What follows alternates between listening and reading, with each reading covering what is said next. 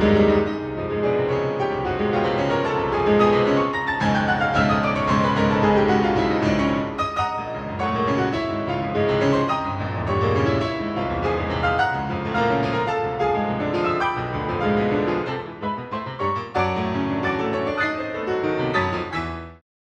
welcome back to The Independent Pianist. I'm Cole Anderson, your host, and this is a continuation of my series on Liszt's first year of pilgrimage.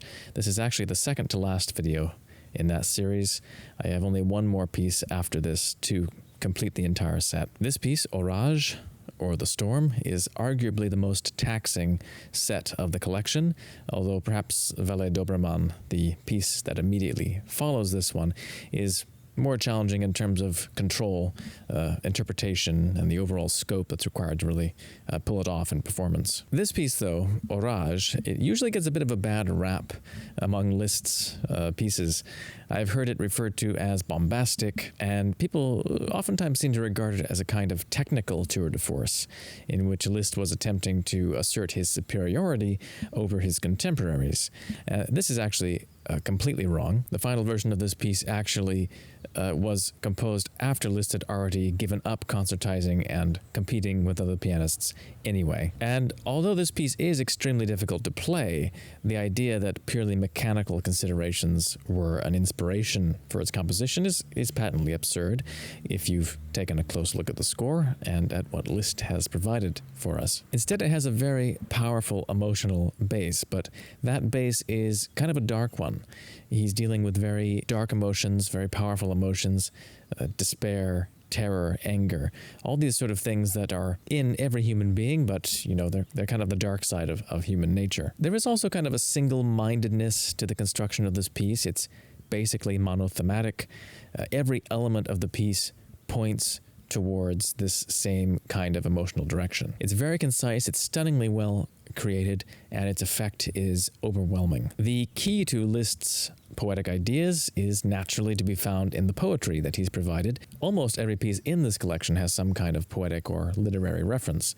In this case, it's Byron, and Liszt uses this little quotation to preface the piece. And again, this is from Childe Harold's Pilgrimage, which Liszt has already quoted several times in the course of this collection. "But where of ye, O tempests, is the goal?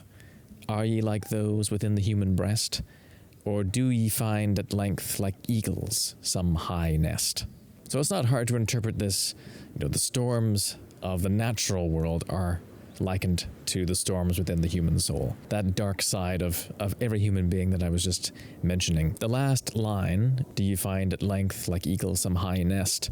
This idea of kind of rising higher and higher, musically speaking, is an idea that occurs throughout the piece. We oftentimes get this impression of vast heights, kind of dizzying heights, vertigo-inducing kind of height. In purely technical terms, this is just caused by the two hands of the pianist being very far apart and creating these kind of storms of sound at the opposite ends of the keyboard. So as I was saying, Liszt's use of thematic material is very concise. It's basically a monothematic piece. The main theme is marked presto furioso, and it appears after a short introduction.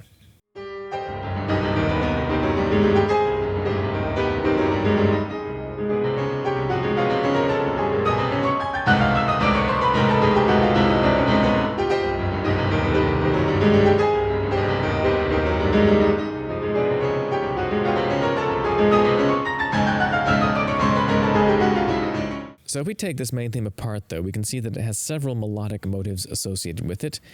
In the left hand, we have rising octave arpeggios.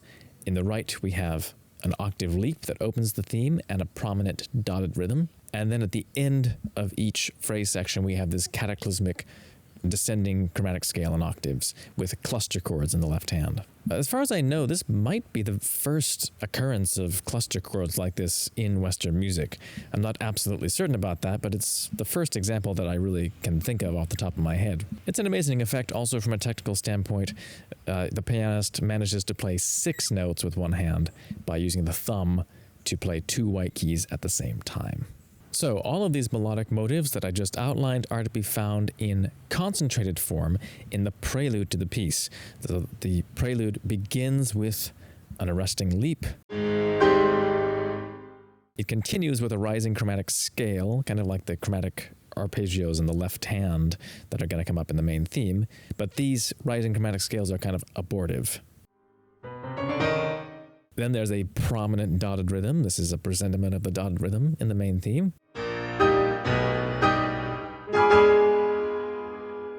And then a huge cadenza with chromatic octaves going up and down the keyboard. So again, kind of a presentiment of that cataclysmic descending chromatic scale at the end of the theme.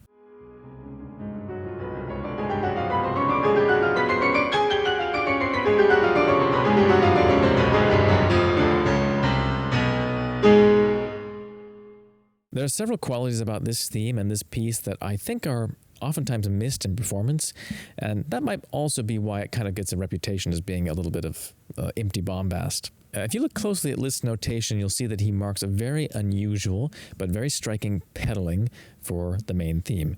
He has the pedal held for 2 bars, twice in a row, and then actually for 4 bars for the last part of the phrase. And this is not a mistake or an accident, and it's actually an effect that can work on a modern piano as well. It's not only because Liszt's pianos might have had a little less resonance. This would have still sounded incredible and unusual on Liszt's piano as well. Liszt writes an even more extreme version of the same kind of long pedal effect later on in the piece. In this passage in the development, there's actually 5 whole measures played on 1 pedal. These pedal markings are regrettably almost always ignored in modern performances. I'm sure there must be pianists out there who use these pedalings, although I haven't heard any yet. But for the most part, you usually hear a very clean, clear-cut kind of sound with a lot less pedal.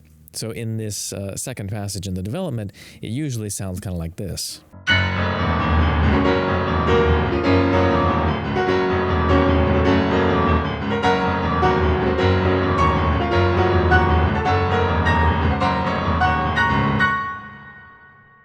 And this sounds good, of course. I mean, that's basically the professional ideal for a pianist nowadays, clear and brilliant, but it doesn't really have anything near the overwhelming effect that Liszt's original concept has here.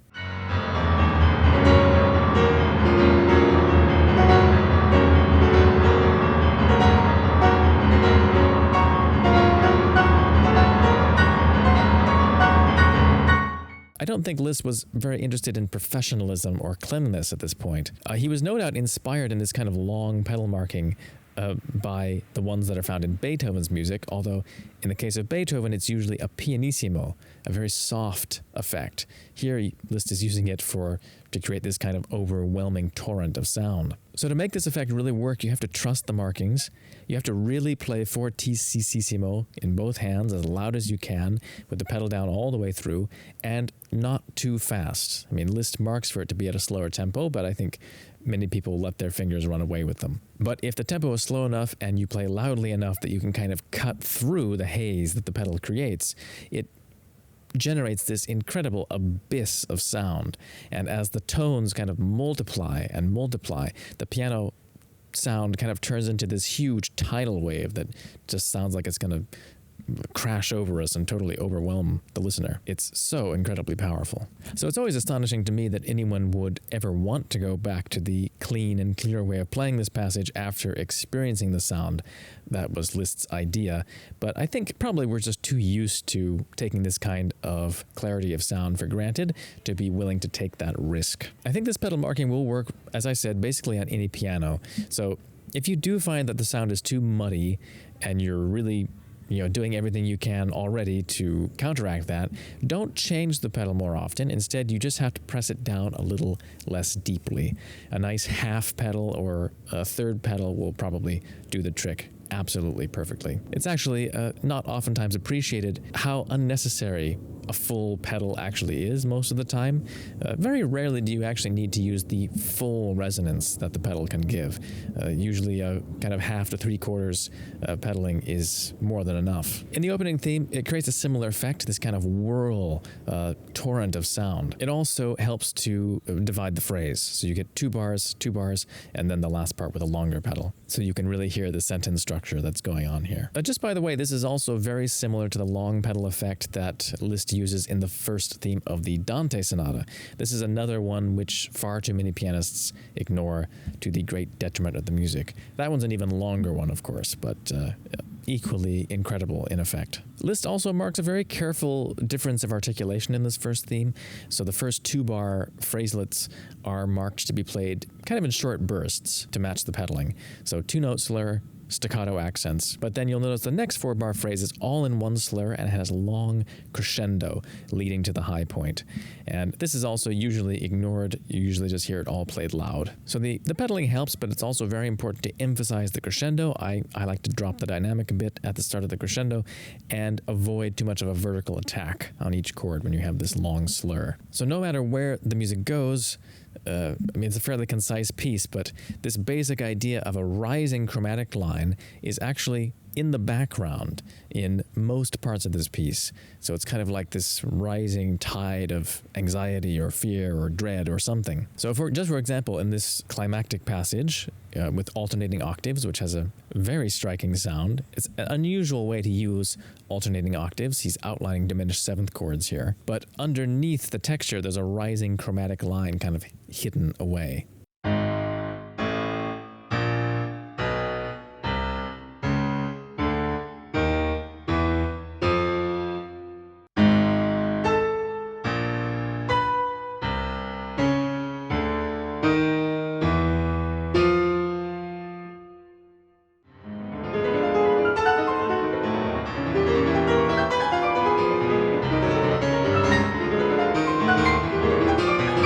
So, not much more to say about this. Stay tuned. I have the complete performance coming up. This piece is a highly rhetorical piece, a highly gestural piece, superbly crafted. I don't think it deserves the bad reputation it sometimes has among musicians, because it has a deep poetic and emotional meaning that really exceeds any kind of shallow exhibitionism. And I think if it's played with sincerity, seriousness, it really will come across, and it really deserves that kind of treatment. So thanks very much for watching today. Please do support the channel if you can. Hit the like button, hit the subscribe button.